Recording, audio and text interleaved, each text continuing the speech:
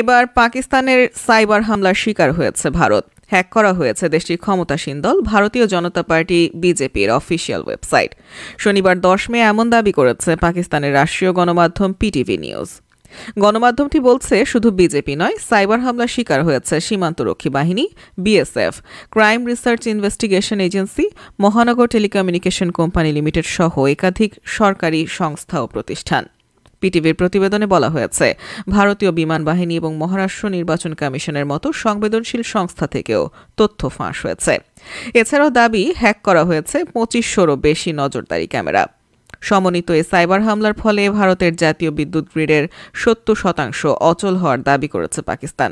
তবে এ দাবি অস্বীকার করেছে দিল্লি।